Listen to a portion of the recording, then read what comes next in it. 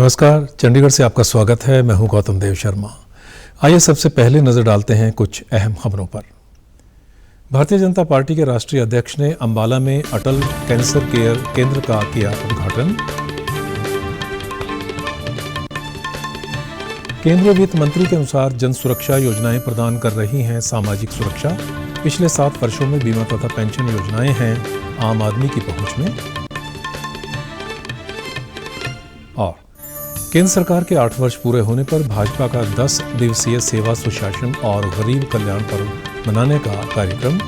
चंडीगढ़ में 1 जून से 10 जून तक इसी कड़ी के अंतर्गत होंगे कार्यक्रम। अब समाचार विस्तार से। भारतीय जनता पार्टी के राष्ट्रीय अध्यक्ष जेपी नड्डा ने आज अंबाला में अटल कैंसर केयर केंद्र का उद्घाटन किया। इस अवसर पर हरियाणा के मुख्यमंत्री मनोहर लाल, हरियाणा के स्वास्थ्य मंत्री अनिल विज, शिक्षा मंत्री कंवरपाल, खेल मंत्री संदीप सिंह तथा सांसद रतन लाल कटारिया सहित अन्य व्यक्ति उपस्थित थे। जेपी नड्डा ने अपने संबोधन में कहा कि इस कैंसर केयर सेंटर से कैंसर के मरीजों को विशेष लाभ होगा।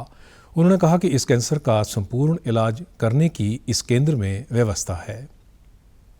ये मोस्ट सोफिस्टिकेटेड इंस्ट्रूमेंट्स के साथ ये लैस है और जो यहाँ पर जो मशीनें लगाई गई हैं वो लगभग ये कहा जा सकता है कि पीजीआई चंडीगढ़ के बाद उत्तर भारत में यह मशीन मोस्ट मॉडर्न मशीन यहाँ लगाई गई है और इसका लाभ उत्तराखंड को भी होगा, हरियाणा तो होगा ही, पंजाब को भी होगा।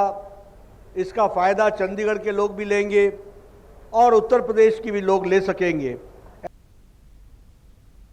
भाजपा के राष्ट्रीय अध्यक्ष ने बताया कि अंबाला का यह सेंटर पीजीआई चंडीगढ़ के बाद उत्तर भारत में सबसे अत्याधुनिक कैंसर केयर सेंटर है, जिससे आसपास के राज्यों के कैंसर के मरीजों को भी फायदा होगा।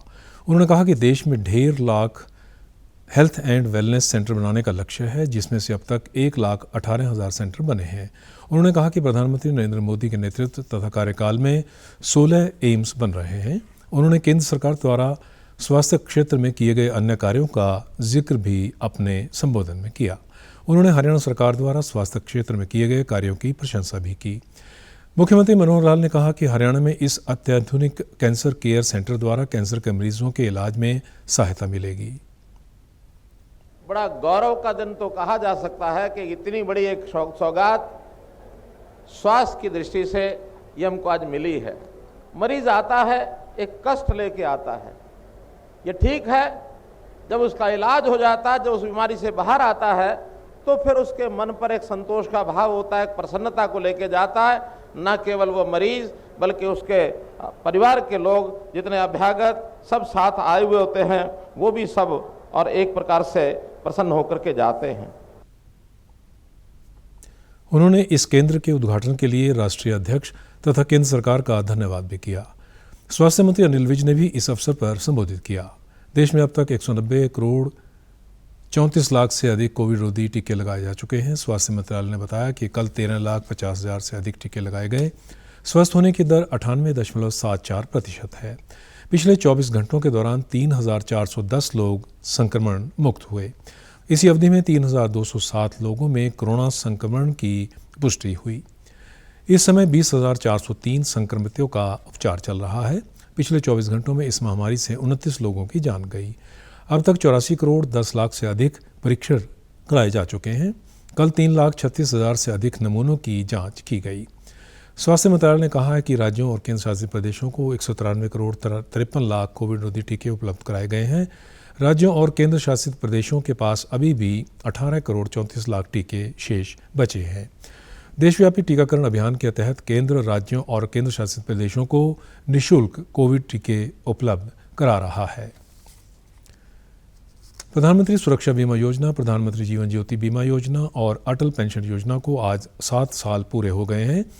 वित्त मंत्री निर्मला सीतारमण ने कहा है कि बीमा और पेंशन की ये तीनों जन सुरक्षा योजनाएं आम आदमी की पहुंच में हैं। उन्होंने कहा कि पिछले 7 वर्षों में बड़ी संख्या में लोगों का इन योजनाओं के लिए पंजीकरण करवाना और इसका लाभान्वित होना इनकी सफलता का प्रमाण है।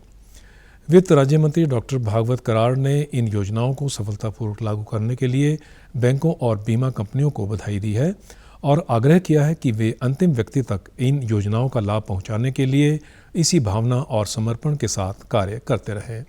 इन योजनाओं का लाभ प्राप्त करने वाले लोगों में योजनाओं को शुरू करने के लिए सरकार का धन्यवाद करते हुए और लोगों को भी इस योजनाओं से जुड़ने का आग्रह किया गया है।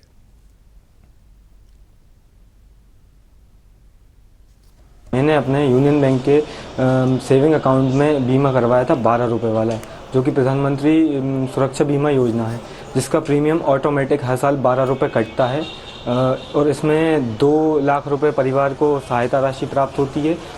अगर किसी बीमा वाले का एक्सीडेंट वगैरह हो जाता है, और ये मोदी सरकार की एक बहुत अच्छी योजना है। हर खाता धारक को ये योजना का लाभ लेना चाहिए। बैंक द्वारा मुझे 12 रुपये का बीमा प्रधानमंत्री सुरक्षा बीमा योजना एवं 330 रुपये वाला प्रधानमंत्री जीवन ज्योति बीमा योजना दिया गया है। इस बीमा योजना में बहुत लाभ है।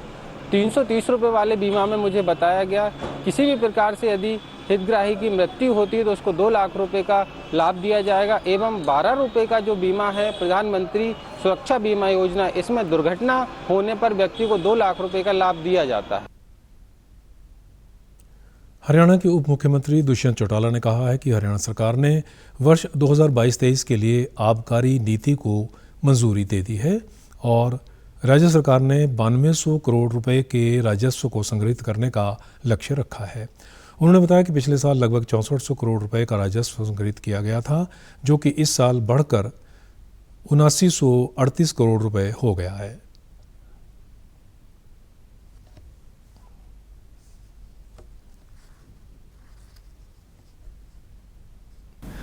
हमारे पास लगभग 16% की वृद्धि हुई है। पिछले वर्ष 30,507 करोड़ रुपया स्टेट में जीएसटी कलेक्शन था और इस वित्त वर्ष के अंदर 35,390 करोड़ रुपए के आसपास हमारा कलेक्शन हुआ है। मगर जो पॉजिटिव चीज़ देखने वाली है तो टोटल कनेक्शन हुआ है, जिसमें आईजीएसटी भी जाएगा, जो दूसरे प्रदेशों के अंदर प्रोड्यूस होकर चीज़ें गई है उसका रिफंड है। उप मुख्यमंत्री ने कहा कि पंचायतों के सुझाव के तहत 100 वेंडरों को भी इस नई नीति के तहत कम किया गया है। उन्होंने कहा कि शराब के अंतर्राज्यीय आवागमन को बेहतर नियंत्रण के लिए ट्रांजिट स्लिप को शुरू किया गया है तथा टैग एवं टैस सिस्टम के तहत हाई सिक्योरिटी होलोग्राम को भी लागू किया गया है, जिसके अंतर्गत नकली व अवैध शराब जिन कंपनियों की होगी उन्हें राज्य में ब्लैक लिस्ट किया जाएगा। हरियाणा में सभी डिस्टिलरीज व बॉटलिंग प्लांटों पर फ्लोमीटर तथा सीसीटीवी कैमरा लगाए गए हैं। बॉटलिंग के तहत क्यूआर कोड सिस्टम की सुविधा भी होगी, जिसके तहत पारदर्शिता पर बल होगा। उन्होंने कहा कि आबकारी एवं कराधान विभाग के अधिकारियों को यूनाइटेड किंगडम सरकार के अधिकारियों द्वारा शिविर आयोजित करके विशेष प्रशिक्षण दिलाया जाएगा। उन्होंने एरोस्पेस डिफेंस की बात करते हुए बताया कि एरोस्पेस डिफेंस की नीति पर कार्य किया जा रहा है। इसी कड़ी में एरोस्पेस डिफेंस उत्पादन तथा विनिर्माण को अनुमति दी गई है। उप मुख्यमंत्री ने कहा कि राज्य सरकार ड्रोन के क्षेत्र में भी अपने कदम आगे बढ़ा रही है तथा अगले 5 वर्षों में उड्डयन ड्रोन विनिर्माण पर काम शुरू होगा। उन्होंने कहा कि हिसार एयरपोर्ट एक विकल्प के रूप में तैयार हो रहा है। उप मुख्यमंत्री राज्य में पटवार खानों तथा तहसीलों को अपग्रेड करने की बात करते हुए उन्होंने कहा कि पटवारियों को डिजिटाइजेशन करके उन्हें सुसज्जित किया जाएगा।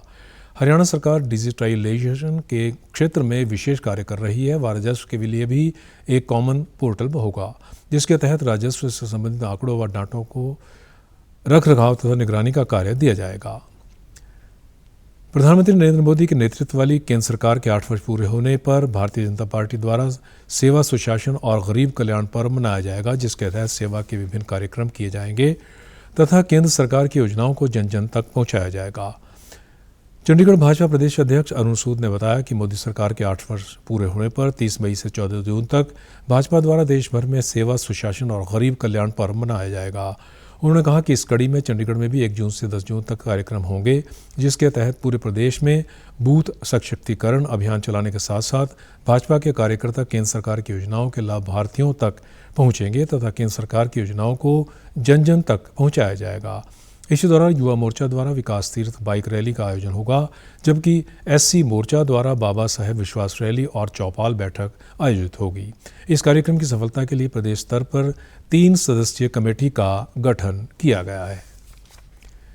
पंजाब पुलिस ने एक आतंकी षड्यंत्र को विफल कर दिया है और तरनतारन जिले के गांव से 2 आतंकवादियों को भी गिरफ्तार किया है। पुलिस ने आतंकियों के पास से 2.5 किलोग्राम RDX सहित अत्याधुनिक विस्फोटक उपकरण बरामद किए हैं। गिरफ्तार आतंकियों की पहचान बलजिंदर सिंह उर्फ बिंदु और जगतार सिंह उर्फ जग्गा के रूप में हुई है। ये दोनों अमृतसर के हैं। पुलिस ने इनके पास से मोटरसाइकिल और मोबाइल फ़ोन भी बरामद किए हैं। बिंदु अजनाला में एक निजी अस्पताल में कार्य करता है, जबकि जग्गा एक श्रमिक है। 3 दिन पहले हरियाणा पुलिस ने करनाल जिले से IED और पिस्तौल सहित 4 लोगों को गिरफ्तार किया था।